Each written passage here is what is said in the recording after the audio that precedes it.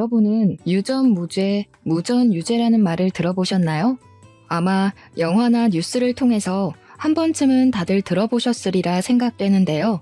그래도 간단히 설명해드리면 돈이 있는 사람은 죄가 없고 돈이 없는 사람은 죄가 있다는 말로 똑같은 죄를 짓고도 돈이나 계급에 따라 다른 처벌을 받는다는 의미입니다.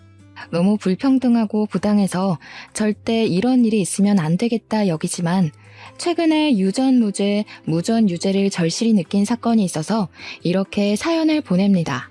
저는 30대 후반의 변호사입니다. 제 남편도 변호사이고 도련님도 변호사이고 시아버지는 판사님이세요. 즉, 저와 제 시댁은 모두 법조인이랍니다. 먼저 저의 사연을 말씀드리기에 앞서 제가 변호사가 된 계기부터 이야기해볼까 해요. 사실 저는 어릴 때 변호사라는 꿈을 가진 적이 없었습니다. 작은 빵집을 운영하시는 부모님의 영향을 받아 저와 1살 어린 여동생은 셰프, 파티시에를 꿈꿔왔어요. 그래서 이 꿈을 이루고자 고등학교를 졸업하고 수도권 대학의 식품영양학과에 입학하게 되었죠. 캠퍼스의 낭만에 흠뻑 젖어 인생에서 가장 아름다운 날들을 살아가리라 다짐하던 20살의 어느 봄날, 강의를 듣다가 청청병력 같은 소리를 들었습니다. 당시 19살 고3이었던 여동생이 편의점에서 맥주를 훔치다가 걸려서 편의점 점장이 거액의 합의금을 요구하고 있다는 거예요. 저는 깜짝 놀라 강의 중간에 바로 나와 집으로 갔습니다. 집에 가보니 여동생은 부모님 앞에서 무릎을 꿇고 빌고 있었고 부모님은 화가 많이 나신 상태였어요. 그런데 저는 뭔가 조금 이상했습니다. 여동생이 공부에 관심이 없기는 했지만 그래도 남의 물건을 훔치는 등의 나쁜 행위를 한 적은 없었거든요. 게다가 술 냄새를 맡기만 해도 구역질을 하는 아이가 훔친 물건이 맥주라는 것도 석연치 않았답니다. 그래서 저는 일단 여동생을 방으로 데리고 가서 왜 이런 일을 저질렀는지 물어봤어요. 여동생은 제 앞에서 펑펑 울면서 자신은 너무 억울하다고 했습니다. 무슨 일이 있었냐고 물으니 사실 고등학교 1학년 때부터 학교에서 소위 일진이라고 불리는 아이들이 여동생을 계속 괴롭혔대요. 그 무리는 처음에는 단순히 시비만 걸었지만 그래도 그때는 같이 다니던 친구들이 있어서 괜찮았는데 얘네들이 가면 갈수록 여동생을 더 심하게 괴롭히고 누구든지 여동생에게 말이라도 걸면 그 친구도 괴롭혀서 여동생이 친구를 아예 사귀지 못하게 했다지 뭐예요? 심지어 여동생에게 담배와 맥주를 사서 오라고 시켰는데 미성년자라 살 수 없자 여동생을 때리기까지 했답니다.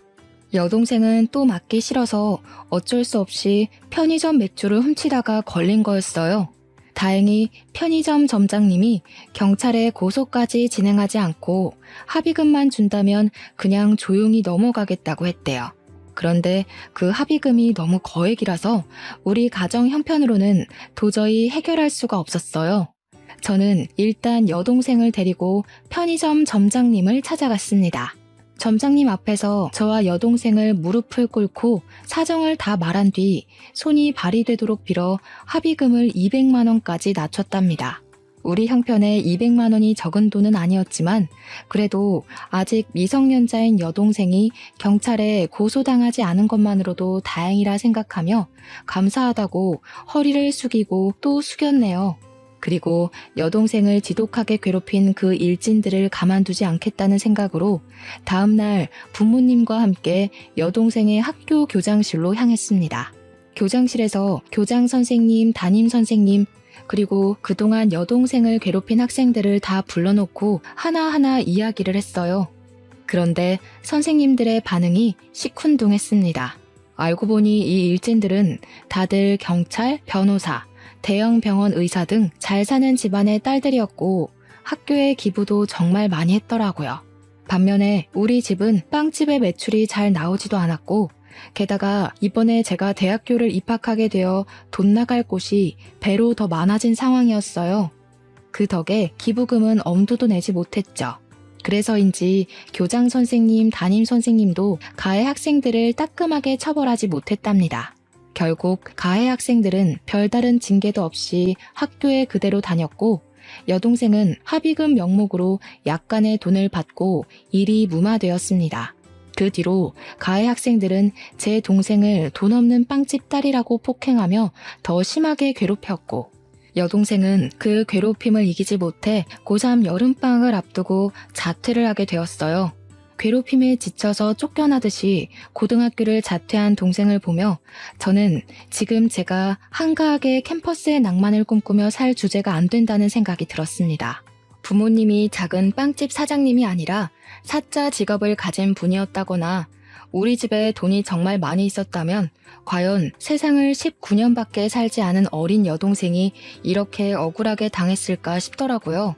여동생을 보며 저는 정정당당하게 싸워서 이길 수 있을 만한 직업을 가져서 우리 가족을 지켜야겠다고 결심했습니다. 그래서 그 뒤로 하루에 3시간만 자며 공부를 했어요. 정말 그때는 이렇게 공부를 하다가 죽을 수도 있겠구나 하는 생각이 들 정도로 이 악물고 공부를 해서 서울국공립대학교에 법대로 편입을 했습니다. 편입한 대학교에서도 장학금을 타기 위해 눈에 불을 켜고 공부를 했고 그 결과 4년 내내 장학금을 타며 학교에 다녔어요. 그 뒤 로스쿨에 입학했는데 로스쿨 학비가 엄청 비싸더라고요. 그래서 로스쿨에서도 그야말로 죽을 힘을 다해 공부해서 장학금을 받고 다니고 변호사 시험도 한 번에 합격해서 정식 변호사가 되었네요. 중간중간에 공부가 너무 어렵고 힘들어서 포기하고 싶을 때가 정말 많았지만 여동생을 억울하게 만든 그 사람들에게 언젠가는 반드시 복수할 것이라는 일념 하나로 이 악물고 버텼던 것 같아요. 그렇게 저는 변호사가 되고 대형 로펌에 입사하여 지금까지도 잘 다니고 있답니다. 제가 20대의 전부를 바쳐 변호사가 될 동안 여동생도 고등학교 자퇴 후 검정고시를 통해 고등학교 졸업장을 땄어요. 그 뒤 친척이 운영하는 제법 큰 레스토랑에 취업해서 일하며 한식, 중식, 일식, 양식 조리사 자격증을 취득했답니다. 여기에 만족하지 않고 레스토랑에서 경력을 쌓아 최근에 조리 부분에서 최고의 자격증이라고 불리는 양식 조리 기능장 자격증까지 따고 지금은 레스토랑의 주방장까지 되었습니다.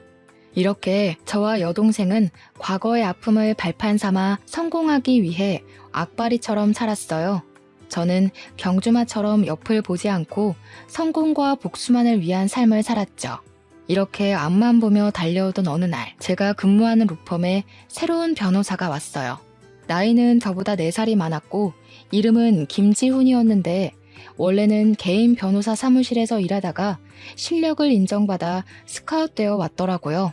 제 옆자리에 앉아 이것저것 알려드리고 이야기하다가 점점 친해지게 된 우리는 둘이서만 밥도 먹고 술도 마시게 되었습니다. 함께 술을 마시며 대화를 해보니 지훈 씨는 저와는 너무 다른 세계의 사람이더라고요.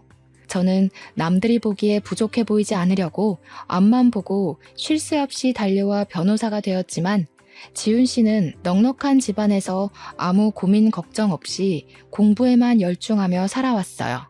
우리 집은 어렸을 때 가족끼리 해외여행은 고사하고 국내 여행도 한번 가기 힘들었는데 지훈 씨는 매년 가족끼리 해외여행도 다녀오고 정말 여유롭고 풍족하게 잘 살아왔습니다. 저는 사실 그런 지훈 씨가 부럽기도 하고 남자로서의 호감도 생겼어요. 하지만 너무 우리 집과는 차이가 크게 나서 사귀고 결혼한다는 것은 아예 꿈도 꾸지 않았습니다. 그런데 지훈 씨가 자꾸 제게 호감을 보이고 만나자고 하는 것이 아니겠어요? 처음에는 당연히 거절하고 싫다고 했지만 숨길 수 없는 재채기처럼 제 마음도 숨기기 어렵더라고요.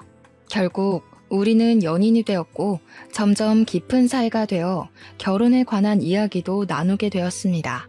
저는 처음에는 결혼을 하지 못하겠다고 했어요. 잘 사는 남자 집안과 평범하디 평범한 여자 집안의 결혼은 솔직히 쉽지 않잖아요. 이렇게 좋은 사람인데 상처를 주고받으며 남보다도 못한 사이가 되기는 싫었거든요. 하지만 지훈 씨는 나에게 자꾸 결혼하고 싶다는 뜻을 내비쳤고 저는 어쩔 수 없이 우리 집 사정에 관해서 얘기했습니다. 저는 우리 집이 잘 살지 못하니 예단이며 혼수도 원하는 만큼 준비하지 못할 것이고 우리 친정에서 결혼에 대한 지원은 한 푼도 없을 것이라고 했죠. 지은 씨는 그게 뭐 어떠냐고 하며 집안이나 배경이 아닌 저 자체가 좋아 결혼하고 싶다고 하더라고요. 그리고 바로 지은 씨는 우리 집으로 가서 친정 부모님께 정식으로 인사를 드렸습니다. 부모님은 저와 지은 씨가 서로 좋다면 결혼에 반대하지는 않겠지만 집안 형편이 차이가 너무 나서 저를 좋아하실지 모르겠다고 걱정하셨어요. 그래서 일단 지은 씨 부모님을 만나 뵙기로 하였습니다. 일주일 뒤 지은 씨 집을 방문하기로 약속한 날이 되었어요. 지은 씨는 흔하디 흔한 빌라에서 사는 저와는 달리 제법 규모가 있는 마당 딸린 주택에서 살고 있더라고요. 지은 씨는 대문에서부터 잔뜩 긴장해 있는 저의 손을 꼭 잡고 같이 들어갔습니다. 그때 그 손이 얼마나 따뜻하고 힘이 되는지 아직도 그때 제 손에 있던 촉감을 잊을 수가 없네요. 집에 들어가니 시부모님이 아주 인자한 미소를 지으시며 저를 반겨주셨어요. 도련님도 아주 환하게 웃어주시는데 모든 긴장이 싹 풀리더라고요. 시어머니께서 정성스럽게 준비해주신 음식을 먹고 거실에 앉아 커피를 마시면서 이런저런 이야기를 나눴습니다. 우리 지훈이한테 이야기는 많이 들었어요. 친정이 빵집을 한다고 했죠? 네, 어머니, 작은 빵집을 운영하고 계세요. 장사가 잘 되는 것은 아니라서 경제적으로 여유롭지는 못하게 자랐답니다. 그래도 그 어려운 와중에도 공부를 열심히 해서 대형 로펌 변호사가 되었네요. 사실 지훈이한테 경미 씨가 경제적인 형편이 많이 차이 난다고 하며 결혼을 하지 않겠다고 했다는 소리를 들었어요. 그런데 우리는 그렇게 생각하지 않아요. 경제적으로 어렵지만 그래도 열심히 살아서 이렇게 변호사가 된 경미 씨가 대단하고 존경스럽기까지 해요. 그러니까 우리 지훈이가 싫은 것이 아니라면 결혼하지 않겠다는 소리는 하지 않았으면 좋겠어요. 저는 사실 지훈 씨의 부모님이 우리 집 사정을 듣고 결혼시키지 못하겠다고 하시면 어쩌나 정말 많이 걱정했어요. 우리 집은 그냥 작은 빵집이지만 지훈 씨는 아버지가 판사님이시잖아요. 그런데 저의 지난 과거를 높이 칭찬해 주시며 제게 존경스럽다고까지 하시는데 눈물이 다 나더라고요. 그래서 저도 모르게 그 앞에서 펑펑 울었네요. 제가 갑자기 울자 다들 깜짝 놀라셨어요. 죄송해요. 사실 그동안 정말 힘들게 살아왔고 지은 씨는 너무 잘 살아서 둘이 결혼한다는 것은 언감생심이라고 생각했습니다. 오늘 이 자리에 오면서도 제가 감히 부모님을 만나 뵈어도 되나 두렵고 떨리는 마음으로 왔어요. 그런데 이렇게 부족한 저를 따뜻하게 맞이해 주시고 저를 좋게 봐주셔서 정말 몸둘 바를 모르겠어요. 너무 감사합니다. 지은 씨는 우는 저에게 휴지를 건네주고 시어머니는 우는 저를 꼭 안아주며 그동안 정말 고생 많았다고 했습니다. 그러면서 아들만 있는 시어머니의 딸이 되어달라고 하셨어요. 저는 눈물을 흘리며 알겠다고 했고 지은 씨와 결혼을 약속했습니다. 그날 이후 우리의 결혼 준비는 아주 빠르게 진행되었어요. 예물, 예단, 혼수 다 필요 없다고 하시고 사무실 근처에 좋은 집도 마련해 주셨습니다. 그렇게 우리는 싸움 한 번 없이 결혼까지 하게 되었답니다. 결혼 후 남편과 행복하게 살고 있던 어느 날이었어요. 도련님이 결혼하고 싶은 여자가 생겼다며 시부모님께 정식으로 인사드리기 전에 저희 부부에게 먼저 소개하고 싶다는 거예요. 그래서 우리는 여동생이 근무하고 있는 레스토랑에서 보기로 약속을 정했습니다. 공부만 하느라 여자에는 관심이 하나도 없다던 도련님이 갑자기 결혼하고 싶다며 여자를 소개한다니 너무 기대되었어요. 우리 부부는 설레는 마음으로 레스토랑에 먼저 가서 자리를 잡았습니다. 잠시 뒤 도련님과 예비동서가 함께 들어오는데 예비동서의 얼굴이 되게 낯익더라고요. 그냥 누구와 닮은 정도가 아니라 분명히 어디서 본 얼굴인데 전혀 기억이 나지 않았습니다. 궁금한 마음을 뒤로하고 일단 예비 동서와 간단히 인사를 나눈 후 자리에 앉아 음식이 나오기 전까지 대화를 나눴어요. 저의 예비 동서 이름은 최수진이고 얼굴이 참 예쁘고 말도 잘했답니다. 게다가 집안도 꽤 부유했고 아버지는 경찰 간부이셨죠. 얼굴, 집안, 말투 다 좋았는데 무엇보다 더 좋아 보였던 것은 예비동서가 도련님을 정말 사랑하는 것 같습니다. 정말 눈에서 꿀이 뚝뚝 떨어진다는 것이 이런 거구나 싶을 정도로 도련님을 사랑스럽게 보더라고요. 도련님 역시 그런 예비동서를 보며 그저 해맑게 웃었습니다. 저와 남편은 행복에 겨운 두 사람을 보며 생전 여자는 모를 것 같던 도련님이 정말 여자를 잘 만났다고 생각했죠. 음식이 나오고 같이 이런저런 이야기를 하며 밥을 먹다가 예비동서가 회사에서 전화가 왔다며 나가서 꽤 오랫동안 오지 않았습니다. 예비동서가 자리에 없을 동안 저도 잠시 화장실을 갔다가 다시 자리로 돌아오는데 레스토랑 구석에서 예비동서와 제 여동생이 인사를 하고 있더라고요. 그런데 반가워하며 웃는 예비동서와는 다르게 제 여동생은 표정이 매우 좋지 않았어요. 어깨를 잔뜩 움츠린 것을 보니 겁을 먹은 것 같았죠. 저는 둘이 서로 아는 사이냐며 다가가서 인사를 하려다가 순간 예비동서를 과거에 봤던 기억이 떠올랐습니다. 저는 예비동서를 여동생이 고등학교 3학년 때 학교 교장실에서 보았어요. 예비동서는 제 여동생을 지독하게 괴롭혔던 일진 무리 중 하나였던 것이었는데 예비동서가 성형하는 바람에 제가 바로 알아보지 못했던 거였어요. 저는 이제 청소년도 아니고 성인인데 생각이 있으면 여동생에게 해코지는 하지 않을 것이라는 생각에 못 본 척하고 자리에 돌아왔습니다.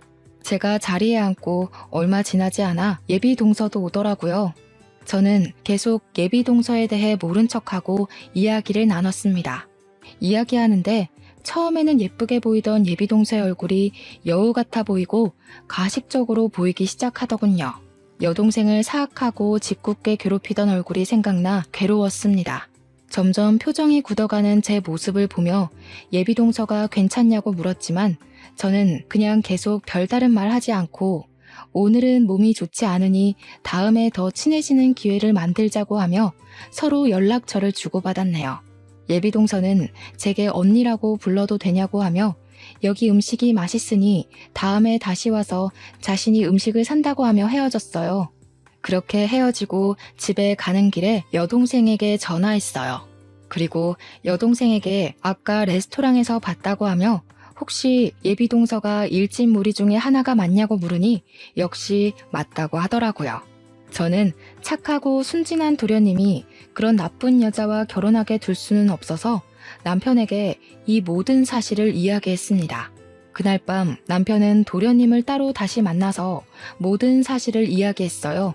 도련님은 남편의 말을 다 듣고도 너무 착하고 여린 사람인데 그럴 리가 없다면서 저와 여동생이 오해한 것이라고 말을 했대요.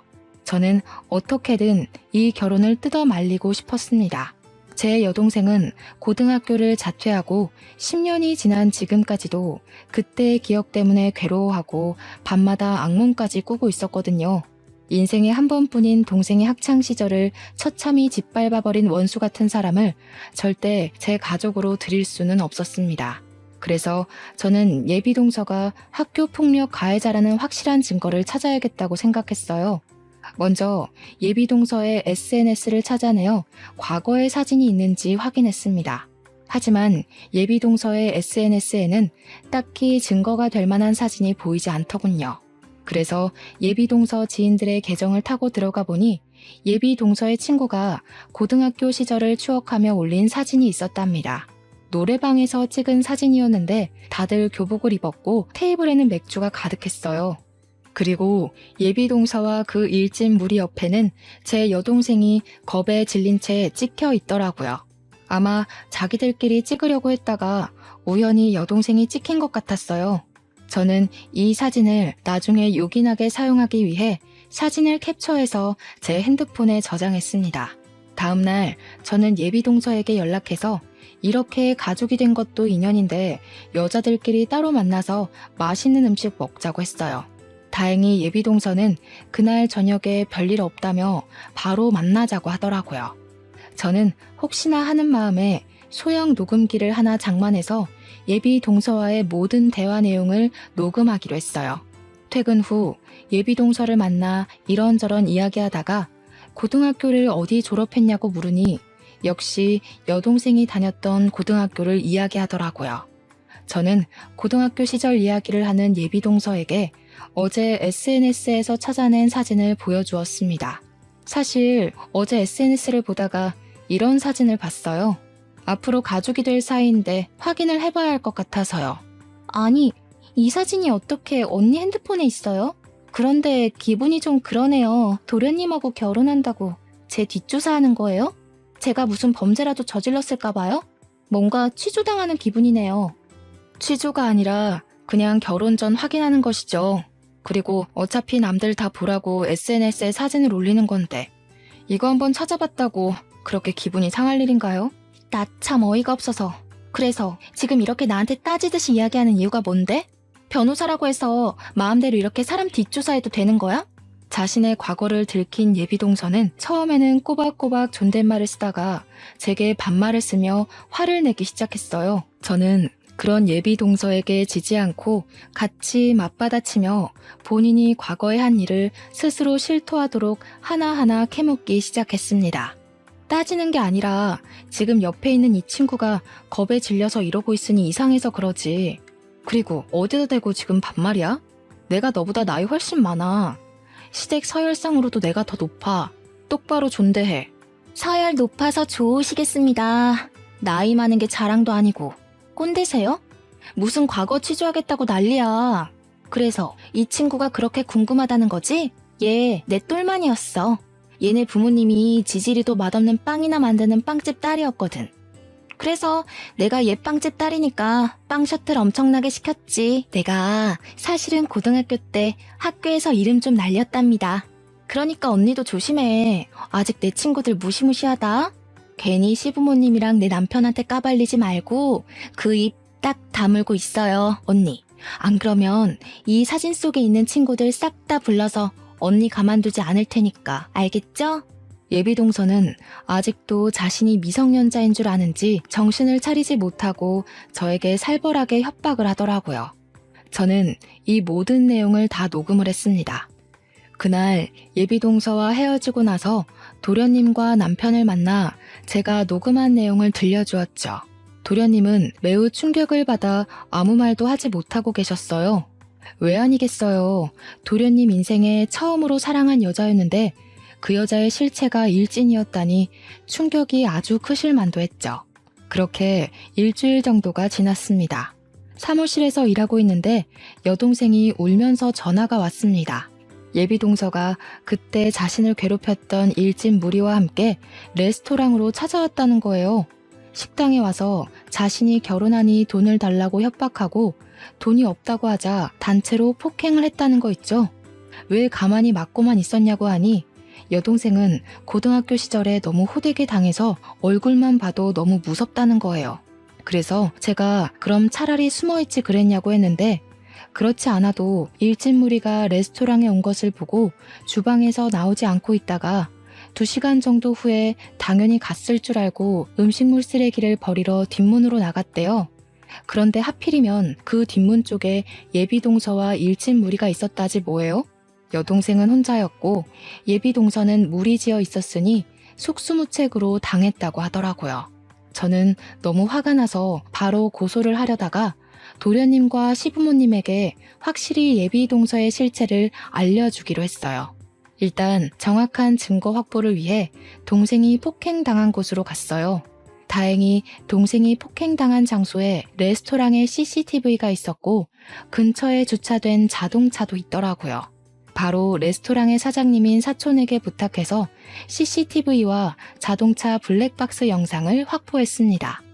CCTV와 블랙박스를 보니 아주 가관이더라고요. 이 영상만 보아도 특수폭행죄로 실형을 살 수 있는 상황이었습니다. 이렇게 모든 증거를 확보 후 여동생을 데리고 병원에 가보니 전치 2주가 나왔어요. 그 길로 여동생을 입원시키고 여동생이 폭행을 당했다는 진단서를 끊었습니다. 그리고 남편과 도련님을 만나서 모든 영상을 보여줬죠. 도련님은 이 영상을 보고 예비동서와 절대 결혼해서는 안 되겠다고 하며 제가 하자는 대로 하겠다고 하더라고요. 일단 이 영상은 좀 더 나중에 시부모님께 보여드리기로 하고 도련님께는 예비 동서가 여동생 앞에서 진심으로 사과하는 모습을 보고 싶으니 아직은 모른 척하고 조금만 더 만나달라고 부탁했네요. 2주일 후 동생이 퇴원하고 며칠 더 쉬었다가 레스토랑으로 복귀를 했습니다. 저는 동생의 레스토랑 복귀와 동시에 시부모님, 우리 부부, 도련님과 예비 동서까지 다 같이 만날 자리를 마련했어요. 당연히 장소는 여동생의 레스토랑이고요. 시부모님은 드디어 둘째 며느리를 보는 거냐며 너무 기대하고 계셨습니다. 그런 모습을 보니 죄송스러웠지만 그래도 제 여동생이 10년 전에 당한 내용을 아시게 되면 이 정도는 이해해 주시리라 믿었네요. 드디어 예비 동서의 실체가 낱낱이 드러날 날이 되었어요. 저와 시댁 식구들 그리고 예비 동서까지 한자리에 모였죠. 예비 동서는 시부모님을 뵌다고 단아하게 보이고 싶어서인지 얌전해 보이는 새하얀 원피스를 입고 왔더라고요. 모두가 자리에 앉아 음식 주문을 하니 여동생이 식전 수프를 직접 들고 저희 테이블로 왔어요. 저와 여동생 그리고 남편과 도련님은 미리 계획한 대로 여동생에 대해 모른 척하고 앉아 있었답니다. 어머, 너 진미 아니니? 나 수진이야. 너 고등학교 동창. 기억나지? 그럼 기억하지. 내가 널 어떻게 잊겠니? 여기는 무슨 일로 온 거야? 아, 저번에 결혼한다더니 예비시댁과 식사하러 온 거야? 응. 근데 너는 아직 홀서빙이나 하고 있니? 이런 홀서빙은 20대 초반 때 취미 삼아 하는 거지. 지금은 30대인데 이제는 제대로 된 직장을 구해야 하지 않겠어? 그래도 고등학교 때 맨날 붙어 다니던 친구였는데 네가 이러는 모습 보니까 걱정된다 얘. 이렇게 돈 모아서 결혼이나 할 수 있겠니? 그러게 나는 언제 돈을 모아서 너처럼 결혼하려는지 모르겠네. 하긴 너희 집이 좀 힘들긴 했지. 너희 부모님 아직도 그 조그만 빵집 하시니? 네가 고등학교 때 빵 많이 가져오고 그랬는데. 그런데 뭐 빵집 장사로 돈을 얼마나 버시면 버시겠어. 너도 참 사정 딱하다. 이렇게 열심히 사는데 여전히 힘들고 말이야. 이거 내 명함이니까 받아. 그리고 힘들면 언제든지 연락해. 너 지금 이 일에서 1년에 2천만 원은 버나 몰라? 뭐 어쨌든 내가 그 정도는 바로 빌려줄 수도 있으니까 부담 갖지 말고 힘들면 연락해. 예비 동서는 우리 집안이 어렸을 때 힘들었던 것을 들먹이며 은근히 깔보고 무시하며 제 여동생에게 명함을 건넸습니다. 그 순간 여동생은 손이 미끄러진 척하며 예비 동서의 하얀 원피스에 샛노란 단호박 수프를 쏟았어요. 어머, 미안해. 너 명함을 받으려다가 손이 미끄러져 버렸네. 흰 옷인데 수프를 쏟아서 어쩌니? 오늘 중요한 자리인 것 같은데 제가 실례를 범했어요. 죄송합니다. 예비 동서는 화가 단단히 난 표정이었지만 자리에 시부모님이 계셔서인지 얼굴을 찡그리기만 하고 차마 큰 소리를 내지 못했습니다. 여동생은 시부모님과 우리에게 죄송하다고 말한 뒤 앞에 있던 휴지로 수프를 닦으려고 하는데 휴지로 닦을수록 얼룩이 점점 더 번지더라고요. 오늘 예쁘게 보인다고 비싼 옷 산 것 같은데 누렇게 물들어서 어떻게 해요? 꼭 화장실 실수한 것 같네. 아 됐어. 그만 닦아. 옷이 더 상하잖아. 어머님, 저 잠시 화장실 가서 옷 좀 닦고 올게요. 예비 동서는 여동생에게 화를 버럭 내고서는 시부모님께 화장실에 다녀오겠다며 나갔고 여동생도 따라 나갔어요. 그네야, 근데 저 직원 너 여동생 아니니? 왜 아는 척도 안 하고 있어? 어머님, 사실은 예비 동서가 제 여동생을 괴롭힌 학교폭력 가해자예요. 미리 말씀 못 드려서 죄송해요. 저 여자 인성이 얼마나 바닥인지 어머님 아버님께 보여드리려고 일부러 이 레스토랑에서 만나자고 한 거예요. 자세한 내용은 이따가 저 여자 오면 자세히 말씀드릴게요. 일단 저 지금 화장실 좀 다녀오겠습니다. 저는 제 동생이 예비 동서에게 큰 실수를 저질렀으니 분명히 동생한테 뭐라고 할 것으로 생각해서 화장실로 갔는데 예비 동서가 없더라고요. 혹시나 해서 레스토랑 뒷문으로 가봤더니 거기에 예비 동서가 있었고 그곳에서 제 동생을 괴롭히고 협박하고 있었답니다. 저는 몸을 숨기고 휴대폰을 꺼내서 몰래 영상을 찍기 시작했어요. 야, 너 미쳤냐? 오늘이 어떤 날인데 이런 실수를 저질러? 이 옷이 얼마짜리인 줄이나 알아? 네가 여기서 한 달간 뼈 빠지게 홀서빙을 해도 살 수 있을까 말까 한 옷이야. 하긴 너 따위가 이렇게 좋은 옷을 알 리가 없지. 그저 거적대기 같은 옷만 입던 애가 뭘 알겠어? 예비동서는 화가 많이 났는지 여동생의 머리와 어깨를 밀치며 위협적인 행동을 하더라고요. 야, 너 내 옷 이딴 식으로 만들어놨으니까 돈 내놔. 고등학교 때도 나한테 돈이며 빵이며 잘 갖다 바쳤잖아. 내가 왜 나한테 돈이라도 맡겨놨어? 또 맞고 싶어서 환장했냐? 이게 어디서 지금 눈을 쌍심지를 켜? 멍청한 년. 그러다가 또 얻어 터져서 병원 신세 지지 말고 좋은 말 할 때 돈 가져와라. 넌 내 똘만이잖아. 설마 그새 잊은 거 아니지? 그때의 아름다운 추억들 말이야. 궁상맞게 굴지 말고 다음 주에 여기 다시 올 테니까 그때 돈 두둑히 준비해놔라. 저는 이 모든 것을 다 몰래 찍어서 재빨리 다시 레스토랑으로 들어갔습니다. 제가 자리에 앉고 얼마 지나지 않아 예비동서도 들어오더라고요. 흰옷에 얼룩져서 잘 지지가 않았네. 어쩌면 좋아? 근데 말이야, 아까 그 친구한테 언니 하나 있지 않아? 그걸 언니가 어떻게 아세요? 그 친구의 언니가 바로 나거든. 그래서 나는 네가 고등학교 때 그 친구에게 무슨 짓을 벌였는지 다 알고 있었단다. 어머님, 아버님, 사실 여기 앉아있는 예비동서는 제 여동생을 자퇴까지 시킨 악랄한 범죄자예요.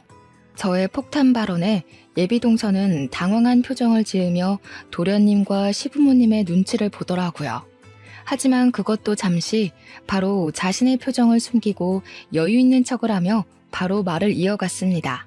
아, 어디서 많이 뵀다 했더니 진미 언니셨어요? 언니 성함이 경미라는 것을 듣고도 왜 그때 몰랐을까? 언니 반가워요. 근데 그래봤자 10년 전 이야기이고 철없는 고등학교 시절 친구들과 장난친 것뿐인데 그거 가지고 너무 진지하게 그러시네. 솔직히 언니도 고등학교 시절 때 친구들이랑 장난치고 그러지 않았어요? 저는 그냥 장난을 친 건데 언니 동생 진미가 멘탈이 워낙 약해서 그렇게 자퇴한 거를 왜 제 탓을 하세요? 그렇게 따지면 저도 참 억울합니다. 과연 그냥 장난이었을까? 그럼 방금 레스토랑 뒷문에서는? 그것도 설마 장난친 거니? 뒷문이요? 전 그냥 화장실 가서 언니 동생이 제 옷에 쏟은 수프 닦고 왔는데요. 네가 화장실만 가서 수프만 닦고 왔다고? 내가 이 두 눈으로 똑똑히 본 게 있는데? 어머니, 아버지, 놀라지 마세요.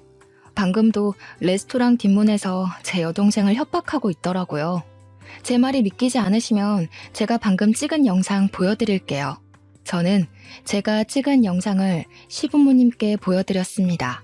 영상을 보니 얼굴은 잘 나왔는데 자동차가 지나가는 소리 때문에 대화한 내용은 잘 들리지 않더라고요. 하지만 예비동서가 동생의 얼굴과 어깨를 밀치는 장면은 확실히 찍혀 있었고 누가 봐도 예비동서가 여동생을 협박하는 것으로 보였죠. 이 영상을 보신 시부모님께서는 깜짝 놀라셨습니다. 아니, 어떻게 사람이 이렇게 앞과 뒤가 다를 수가 있니? 게다가 학교폭력이라니. 법조인 집안에서 학교폭력 가해자를 며느리로 들일 수는 없다. 너네 아버지가 경찰 간부라 그래서 좋은 집안인 줄 알았는데 아주 형편없는 집안이었구나. 아버님, 오해세요. 아까는 진미가 자꾸 저한테 미안하다고 돈을 준다고 해서 그런 거예요. 친구 사이인데 이런 일로 돈을 받기 좀 그렇잖아요.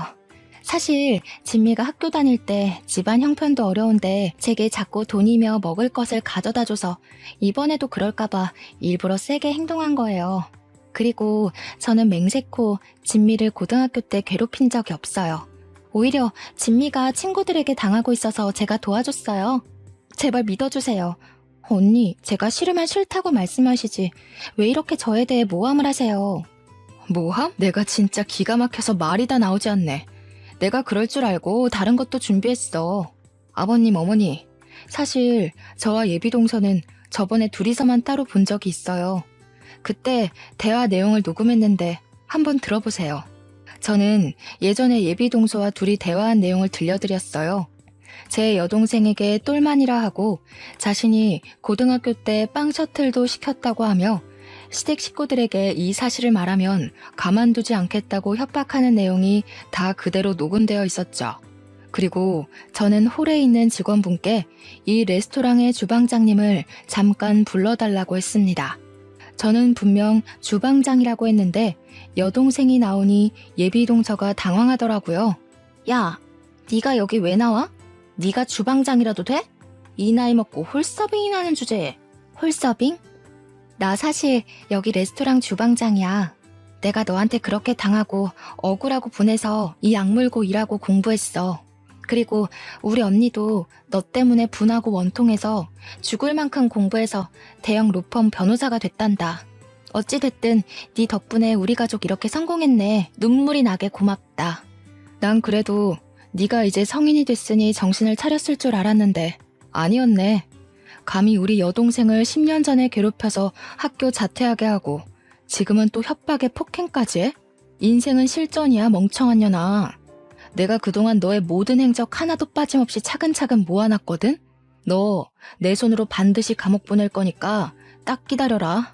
저와 여동생은 이전에 동생이 폭행당한 날 확보했던 CCTV, 블랙박스 동영상, 그리고 오늘 찍은 휴대폰 동영상의 녹취록까지 모든 자료를 들고 경찰서로 향했어요. 그리고 예비동서를 폭행과 협박죄로 고소했죠. 모든 증거가 확실하다 보니 저는 바로 수사가 진행되어 예비동서가 처벌을 받을 수 있을 줄 알았습니다. 그러나 예비동서의 아버지가 경찰 간부라 그런지 제 동생이 19살일 때처럼 그냥 조용히 넘어갈 조짐이 보이더라고요.